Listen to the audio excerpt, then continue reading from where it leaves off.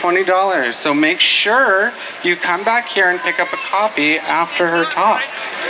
And without further ado, I'm going to pass it off to Tom Noddy here to introduce Camille. So have fun, everybody. Thank you, Bunny. So, my name is testing 1, 2, testing. We good? Okay, my name is Tom Noddy. Okay. Jerky now? It's on. Should we just switch to this? Yeah, let's switch to that. Battery, And Camille has asked me to do a kind of an intro. I did for more than 3 decades. I organized the Midnight Show. And she chose the Midnight Show as a kind of a symbol of what she was talking about, the life in the counterculture, including in Oregon and Northwest, including at the Oregon Country Fair, and including that show. That show actually came about because of a character called Reverend Chumley. Reverend Chumley, actually, when he first started coming to the fair, he called himself the Flaming Zucchini. He did fire act. He flew out fireballs. He did various things. But he was also, in addition to his tricks, he was always about his talking. And he was spectacularly funny and cynical and interesting. And Flaming Zucchini used to talk about he'd have these spiritual moments where he talked about the advice he'd gotten from his guru, who was the Reverend Chumley.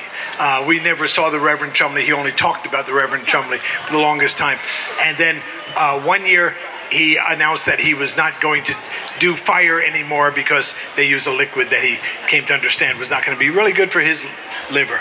And so he said this is the last show of the and for 2-3 times a day at every fair day that year we saw the last of the Flaming Zucchini. I became an evangelist for this new vaudeville thing, and I'd heard that Reverend Chumley and the Karamazovs came to the Oregon Country Fair, and then I started encouraging all of the ones I regarded as the vaudevillians were the people who were doing non-sexist and non-racist humor, which was a new thing in the 70s. We didn't have the women's movement before that, and so hadn't even occurred to us that. But we are.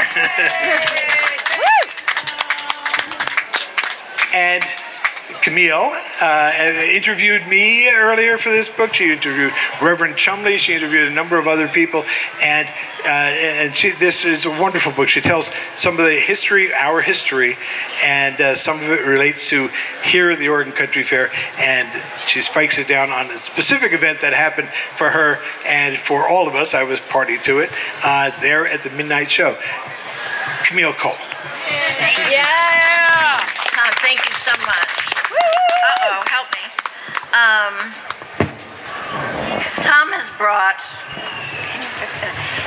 a lot of entertainers decades ago from the streets of San Francisco and points east and north and south.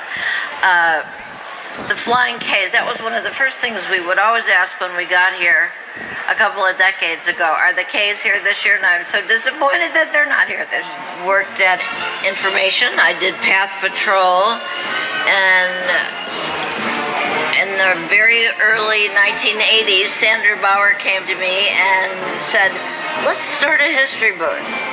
And so we started a history booth. In the first year, we just had pictures that Chandra Goodpatra has taken, which are hanging on some wall around here.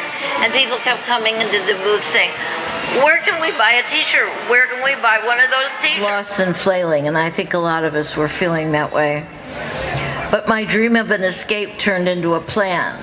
We must have a plan. One day in early August 1971, my friend Tom and I loaded up my Chevy 2 station wagon and headed west, carving our own pioneer trail across the Great Plains, stopping at roadside attractions, Wall Drug, Mount Rushmore, the largest buffalo in the world, soaking in the red-hued landscape I had never imagined.